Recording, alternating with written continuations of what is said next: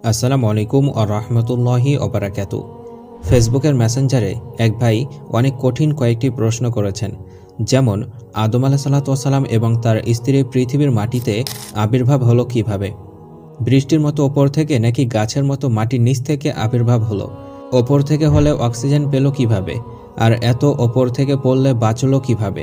কতটুকু গতিতে পড়েছিল? আর নিচে থেকে আসলে ঠিক কোন জায়গা থেকে আসলো? মাটির নিচে পানি, খনিজ আর গরম আগুন এত গরমে ছিল কেমন করে? আর অক্সিজেন পেল কোথা থেকে? পৃথিবীতে এসে তারা কি খাবার খেয়ে বেঁচেছিল? মাছ, মাংস, মশলা ছাড়া রান্না করতো কেমন করে? কাঁচা মাংস খেতে গেলে দাঁত দিয়ে ছিঁড়তো কিভাবে? আর শুধু ফল সবজি খেতে থাকলে আমিষ পেত কোথা থেকে? শুধু ফল খেয়ে থেকে এতদিন বেঁচে থাকা তো মুশকিল, তাহলে এতগুলো সন্তান জন্ম দিল কিভাবে? আরও প্রশ্ন করেছেন, তারা কি কাপড় পরতো নাকি ছেলে মেয়ের সামনে, ভাই বোনের সামনে উলঙ্গ হয়ে থাকতো? কাপড় পরলে কাপড় বানালো কিভাবে? গাছের পাতা পরে তো দীর্ঘদিন থাকা সম্ভব নয়, তাহলে কি তারা উলঙ্গভাবে থাকতো? তারা কোন ভাষায় কথা বলতো? তারা এক ভাষায় কথা বললে এতগুলো ভাষা আসলো কিভাবে? আরও বলেছেন, কোনো জাতি যদি দীর্ঘ সময় ধরে নিজ আপন রক্তে বংশ বিস্তার করে তাহলে তারা টিকবে না, কারণ আপন রক্তে বংশ বিস্তার করলে বংশধারা দুর্বল হতে থাকে, আর দুর্বল হতে হতে একসময় আর টিকে না। তো আদম আলাইহিসসালাতু ওয়াস সালামের বংশ বিস্তার হলো কিভাবে? নিজের ছেলে মেয়েদের মধ্যেই নাকি অন্য কারো সঙ্গে? তাহলে মানব জাতি টিকলো কিভাবে? এইখানে আপনারা দেখতে পেলেন অনেকগুলো প্রশ্ন, এবং এইসব প্রশ্নগুলো অত্যন্ত কঠিন। হয়তো আপনিও এই প্রশ্নের উত্তর জানতে চাইবেন, কারণ এইসব প্রশ্নের উত্তর কোথাও পাবেন না। কিন্তু আমি কঠিন প্রশ্নের উত্তর দিয়ে থাকি। এইসব প্রশ্নের উত্তর কোরআন এবং বিজ্ঞান থেকে যদি জানতে চান তাহলে দেখতে থাকুন।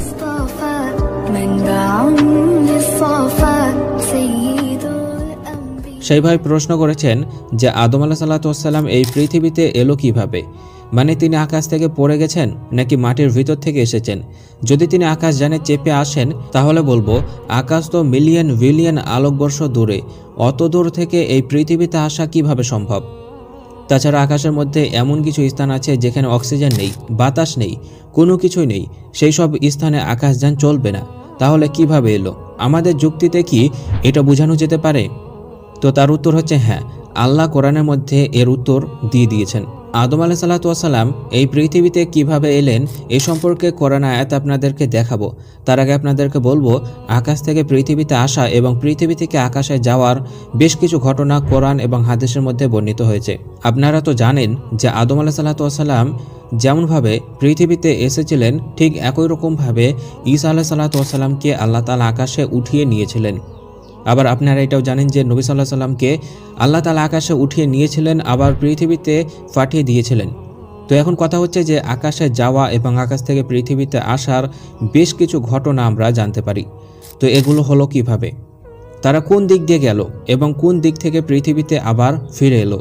তার উত্তর আল্লাহ তাআলা কোরআনের মধ্যে দিয়েছেন এভাবে। তিনি বলেছেন, ওয়াস-সামা'i যাতিল হুবুক, শপথ বহু পদ বিশিষ্ট আসমানের। ৫১ নম্বর সূরার ৭ নম্বর আয়াত। এই আয়াতে বর্ণিত হুবুক শব্দের অর্থ বেশ কিছু হয়ে থাকে। তার মধ্যে একটি অর্থ হচ্ছে সুড়ঙ্গ বা শর্টকাট রাস্তা। বিজ্ঞানের ভাষায় যাকে ওয়ার্মহোল বলা হয়।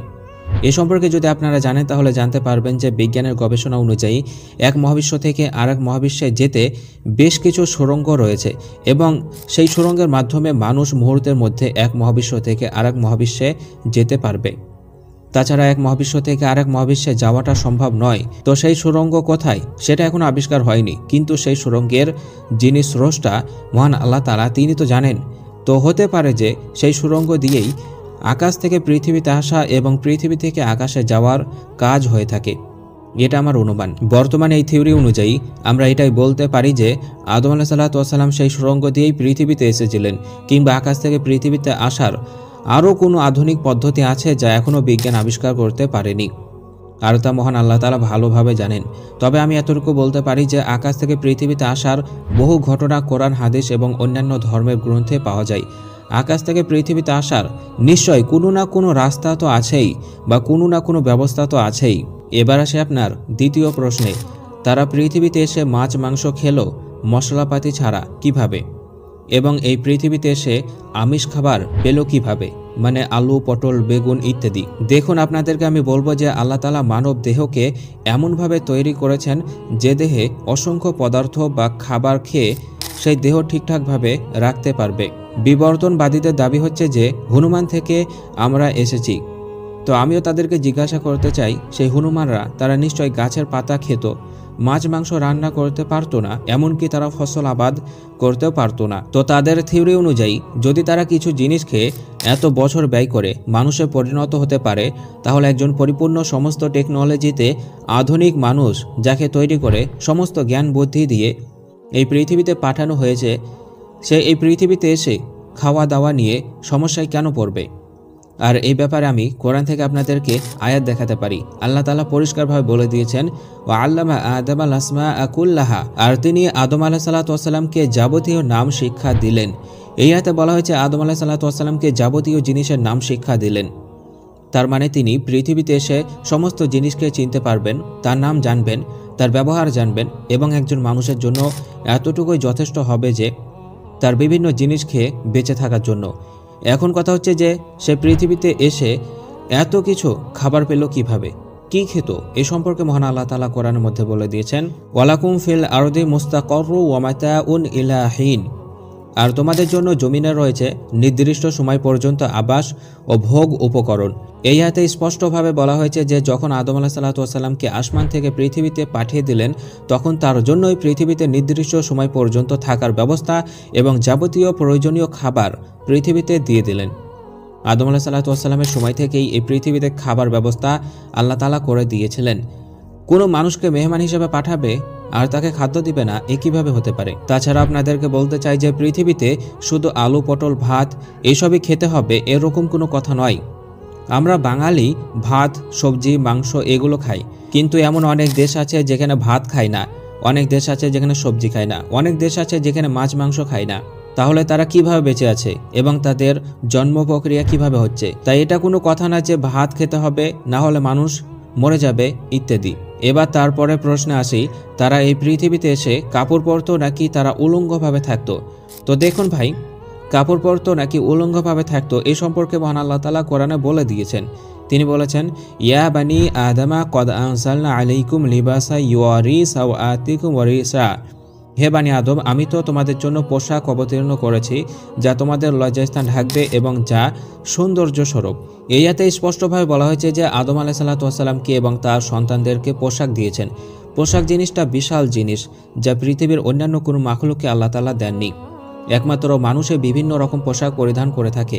তাই পোশাক পরিধানের ব্যাপারটা আদম আলাইহিসসালাতু ওয়াসসালামের সময় থেকেই চলে আসছে, কারণ তাকে জান্নাতে নিশ্চয়ই পোশাক দেওয়া হয়েছিল। তো জান্নাতে যদি তাকে পোশাক দেওয়া হয়, তাহলে পৃথিবীতে কেন দেওয়া হবে না? তো তিনিও পোশাক পরিধান করে থাকতো। আসলে আমরা মনে করি যেমনভাবে বানর থেকে মানুষ হয়েছে, তাদের যেমন পোশাক ছিল না তেমন হবে হয়তো, কিন্তু না ভাই, আদম আলাইহিসসালাতু ওয়াসসালামের সময় থেকেই সব কিছুই ছিল। তবে হ্যাঁ, এই যে মোবাইল, ল্যাপটপ, কম্পিউটার, যানবাহন ইত্যাদি জিনিসগুলো ছিল না, তবে চলার মতো প্রয়োজনীয় যাবতীয় জিনিস তাদের মধ্যেও ছিল, তাদের জ্ঞান বুদ্ধিও ছিল। তো আদম আলাইহিসসালাতু ওয়াসসালাম উলঙ্গভাবে থাকতো না, তাদের পোশাক ছিল যেমন এখন পোশাক আছে। তো তারা পোশাক পেল কিভাবে? তো তাদেরকে আল্লাহ তাআলা পোশাক দিয়েছিল এবং পোশাক কিভাবে বানাতে হবে সেই পদ্ধতি তাদেরকে শিখিয়ে দিয়েছিল। সেই পদ্ধতির মাধ্যমেই তারা পোশাক বানাতো। তারপরে বলেছেন যে তারা কোন ভাষায় কথা বলতো এবং এত ভাষা হলো কিভাবে। তো এই ব্যাপারে আমার একটা ভিডিও আছে যে তারা কোন ভাষায় কথা বলতো এবং এত ভাষা পৃথিবীতে কিভাবে হলো। তো ছোট্ট করে আপনাদেরকে বলি, দেখুন গত কয়েকশো বছর আগেও এমন কিছু ভাষা ছিল না যার জন্ম এখন হয়েছে। আবার হাজার বছর আগে কত শত শত ভাষার জন্ম হয়েছে। এই যেমন বাংলা ভাষার জন্ম 1000 বছর আগে হয়েছে। বিভিন্ন ভাষার জন্ম, এটা কোনো আশ্চর্য বিষয় নয়। আপনি শিক্ষিত হলে আপনি নিজেই একটা ভাষা তৈরি করতে পারবেন। ভাষা তৈরির জন্য যেসব জিনিসগুলো প্রয়োজন সেগুলো আবিষ্কার করতে পারলে আপনি নিজেও একটা ভাষা বানাতে পারবেন। আর এভাবে অনেক ভাষার জন্ম হয়ে থাকে এবং সেই ভাষার মধ্যে যখন কোনো খারাপ মানুষের আবির্ভাব হবে, তখন সেই ভাষার মধ্যে কোনো একজনকে আল্লাহ তাআলা নবী হিসাবে মনোনীত করে এই পৃথিবীতে পাঠাবেন। তারপর বলেছেন যে বিজ্ঞানের কিছু থিওরি আছে, যে থিওরি বলে পরিবারের সঙ্গে বিবাহ, যৌন মিলন করে যে সন্তান হয় সে সন্তান স্বাভাবিক হয় না, পঙ্গু ইত্যাদি হয়। তো এখন কথা হচ্ছে যে আদম আলাইহিসসালাতু ওয়াসসালামের সন্তানের মধ্যে বিবাহ হতো, তো একই বংশের ডিএনএ এবং ক্রোমোজোম থেকে তৈরি হওয়া বাচ্চা কিভাবে এত বছর ধরে উন্নত হতে পারে? তারা তো মিটে যাওয়ার কথা। তো এর উত্তরে আপনাদেরকে বলবো আমি, দেখুন ভাই সকল, এই পৃথিবীতে যত রকম মাখলুক আছে, যেমন ছাগল, গরু, মোষ ইত্যাদি জিনিসরা, তারা তাদের পিতা মাতা, ভাই বোন বা সন্তানদের সঙ্গে সহবাস করে থাকে এবং তার মাধ্যমেই বাচ্চা হয়। তো তাদের বংশ কেন মিটে যাচ্ছে না? এইসব প্রজাতি কেন হারিয়ে যাচ্ছে না বলেন? সেটা কোনো কথা নয় যে একই পরিবারে একই রক্তের সন্তান জন্ম হলে তার সন্তান ভালো হয় না বা তার প্রজাতি বাঁচে না। এটা ভুল কথা। আমরা দেখতে পাই চাচাইতো ভাই বোনের সঙ্গে বিয়ে হয়ে তাদের সন্তান জন্ম হয়েছে এবং ভালোভাবেই আছে। বেশ কিছু ধর্মে এবং অনেক সভ্যতাতে কিছু এমন ইঙ্গিত পাওয়া যায় যে ইঙ্গিত থেকে মানুষ নিজে নিজে ধারণা করে যে এই পৃথিবীতে এলিয়েন এসেছে এবং এলিয়েন এসে আমাদেরকে শিক্ষা দিয়েছে, তাদের টেকনোলজি সম্পর্কে আমাদেরকে জানিয়েছে, তারা আমাদেরকে উন্নত করেছে। এবং এই থিওরি অনুযায়ী অনেকে বলে থাকেন যে মিশরের পিরামিড আরও আশ্চর্যময় যেসব জিনিসগুলো আছে সেগুলো এলিয়েন বানিয়েছে। আর এইসব থিওরি নিয়েই মার্বেল কোম্পানির এই সিনেমা বানানো হয়েছে। তো আজকের আলোচনায় আমরা দেখব যে সত্যিই কি পৃথিবীর বাইরে এমন কোনো কিছু আছে যারা এসে আমাদেরকে শিক্ষা দিত, তারা এসে পিরামিড বা আরও কিছু জিনিস বানিয়েছে। এ সম্পর্কে কোরআন কি বলে?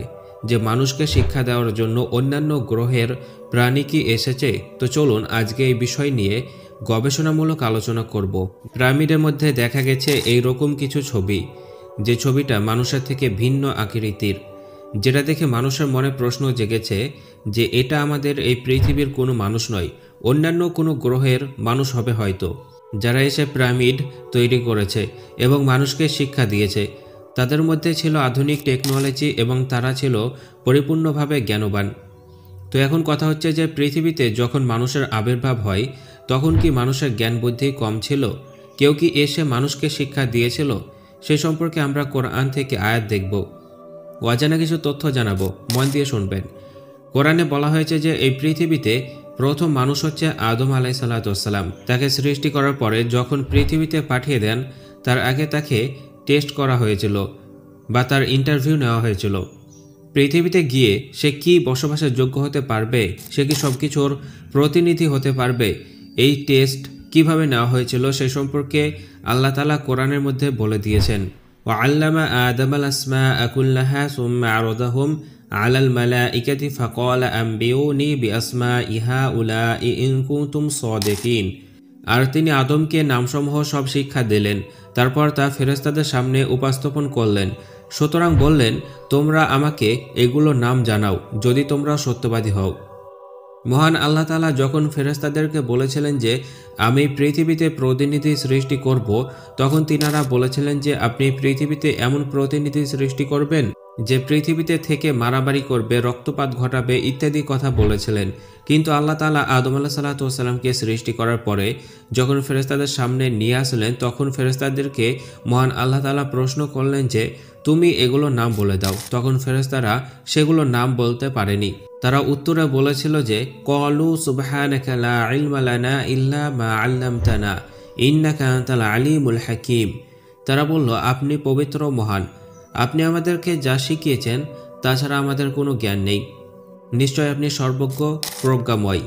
এই আয়াতের মধ্যে ফেরেশতাদের অক্ষমতা সম্পর্কে বলা হয়েছে যে তারা নিজে থেকে কিছু শিখতে পারে না, যা আল্লাহ তাআলা শিখিয়ে দিয়েছেন ততটুকু ছাড়া। কিন্তু আদম আলাইহিসসালামের ক্ষেত্রে সেরকম হয়নি। তাকে আগেই পরিপূর্ণভাবে সব কিছুর শিক্ষা দেওয়া হয়েছিল এবং সে জ্ঞানবান মানুষ হিসাবে তাকে সৃষ্টি করা হয়েছিল। এজন্যই ফেরেশতাদের সামনে যখন তিনাকে নিয়ে আসা হলো, অতঃপর যেসব প্রশ্নগুলো করা হয়েছিল সেই প্রশ্নের উত্তর কীভাবে দিয়েছিলেন এই সম্পর্কে কোরআনের মধ্যে আরেকটা আয়াত আপনাদেরকে আমি দেখাই। মহান আল্লাহ তাআলা বলেছেন, ক্বালা ইয়া আদামু আম্বিউহুম বিআসমাইহিম ফালাম্মা আম্বাআহুম বিআসমাইহিম। মহান আল্লাহ তাআলা বললেন, হে আদম, এগুলোর নাম তাদেরকে জানাও। অতঃপর যখন সে এগুলোর নাম তাদেরকে জানালো, ক্বালা আলাম আকুল লাকুম ইন্নী আ'লামু গায়বাস সামাওয়াতি ওয়াল আরদ ওয়া আ'লামু মা তুবদুনা ওয়া মা কুনতুম তাকতুমুন। তিনি বললেন, আমি কি তোমাদেরকে বলিনি নিশ্চয় আমি আসমানসমূহ ও জমিনের গায়েব সম্পর্কে জানি এবং আরও জানি যা তোমরা প্রকাশ করো এবং যা তোমরা গোপন করো। এই আয়াতের মধ্যে বলা হয়েছে যে হে আদম আলাইহিসসালাম, তুমি এই সবগুলোর নাম বলে দাও।